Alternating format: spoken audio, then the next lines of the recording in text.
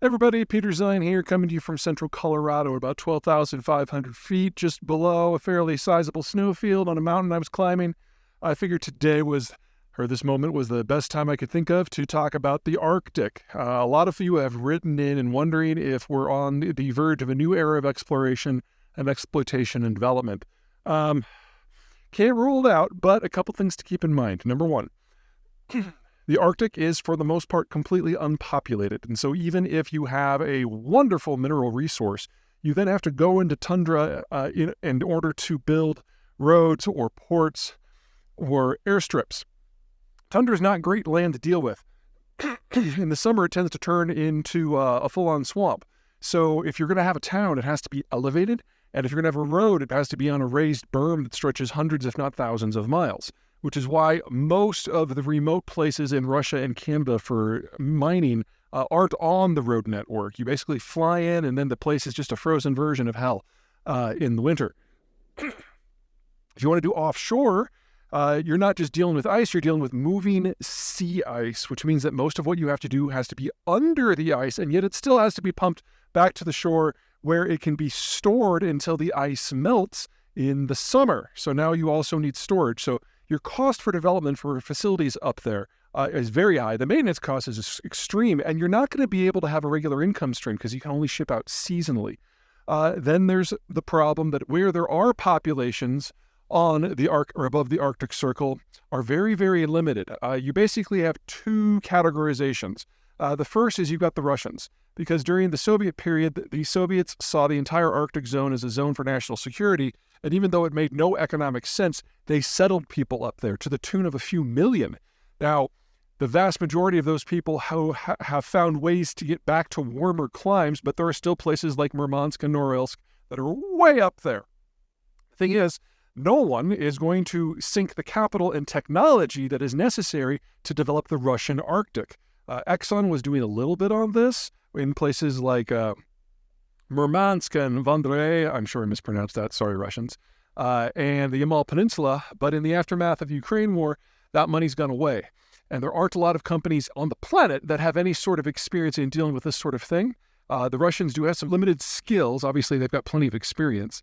The problem is that the gutting of the Russian demographic structure is well underway, and the youngest people who were trained in the Soviet period with the full suite of technical skills necessary to do things like this, they're in their early 60s now.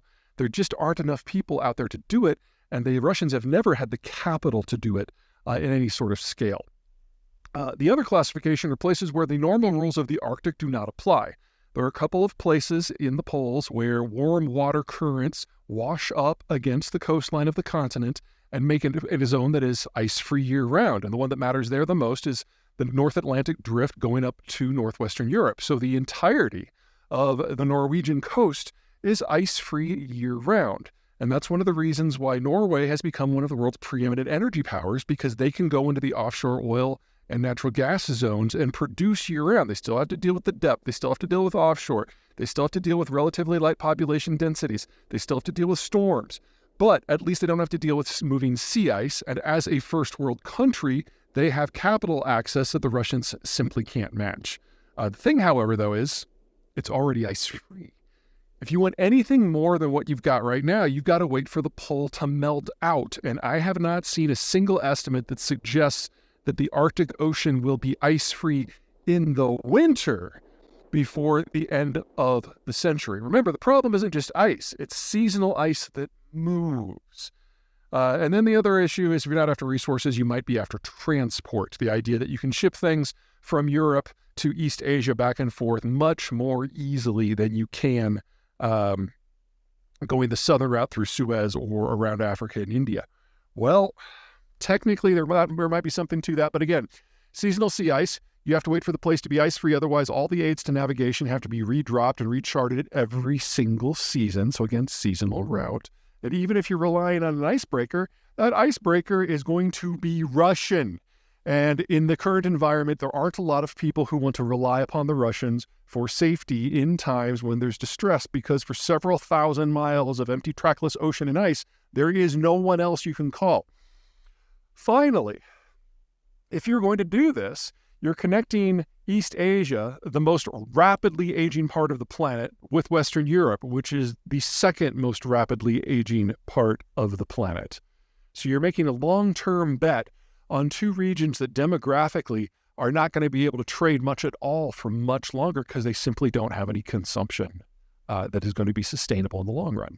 So I don't think without a series of technological breakthroughs that are not very likely, we're going to see a lot of development up there. Everyone will play. Hey everybody, Peter Zeihan here coming to you from above Denver. And today's topic is the Panama Canal and its impact on trade now that it's largely shut down or partially shut down. But before we get to the bad news, let's cover some good news. I do have good news from time to time. We have had another matching sponsor come in, adding another $10,000 to the match. So if you would like to donate to MedShare, which is a charity that provides medical assistance to communities who cannot look after themselves for reasons that are not their fault, specifically the Ukraine Fund, where the Russians have started bombing the power grid in an attempt to kill as many civilians over the winter as possible, now's the time. Because the first $90,000 that is donated to the link and the QR code that we're attaching to this and all of our videos for the foreseeable future are going to be doubled for the month of November. So up to $90,000, I mean, basically you're doubling your money. That's a better financial proposition than Bitcoin, in my opinion, but, bygones. Anyway, now is the time, so please be generous. We're doing everything we can. The money is rolling in. It's looking very positive, but every little bit helps.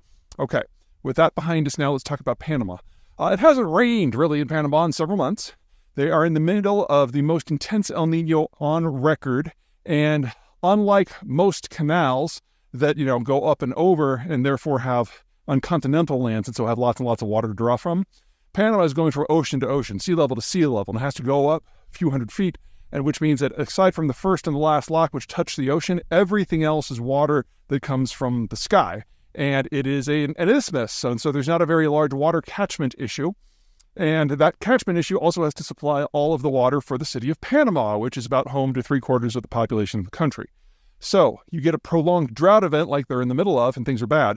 If anything, it's worse than it sounds, because we're supposed to be in the middle of the wet season right now. The dry season starts in about 6 to 8 weeks, and so they know that this is going to get worse before it gets better, and they're probably going to have to wait till the next wet season, which isn't going to start until the beginning of next summer. In the meantime, the number of ships transiting the canal has already dropped by over a quarter, and of the ones that are still going through, they've had to reduce their draft by about a quarter, which means that the amount of weight that they can carry is reduced by about 40%. So the bigger ships aren't going in at all, the smaller ships are carrying less, and it adds up to very, very roughly-ish a 50% reduction in the throughput capacity of the canal. Now, for the United States, this is kind of a big deal. This is the piece of international infrastructure that we use by far the most, even more than that big bridge over the Great Lakes going to Canada. About 6% of global trade transits the canal. Most of that trade is from the United States, very heavy in the commodities space, energy and especially foodstuffs, going from the Mississippi and the East Coast into Panama and then across the Pacific. The alternate route is a few thousand miles longer. It crosses the Atlantic into the Mediterranean through Suez, around India, and then up to East Asia. Much more expensive route. Takes a couple weeks extra. It's not the best solution, even once you consider the extra cost. Keep in mind that really all it takes is one Filipino crew on a container ship throwing a party at the wrong time in the middle of the canal, and the ship can get stuck. And then that shuts down too. There's not a lot that anyone can do here. Building up the alternative infrastructure to ensure a backup water supply would require a few $1 billion in several years, and you would still have to wait for it to rain to fill up those reserve reservoirs. So really all we can do here is wait.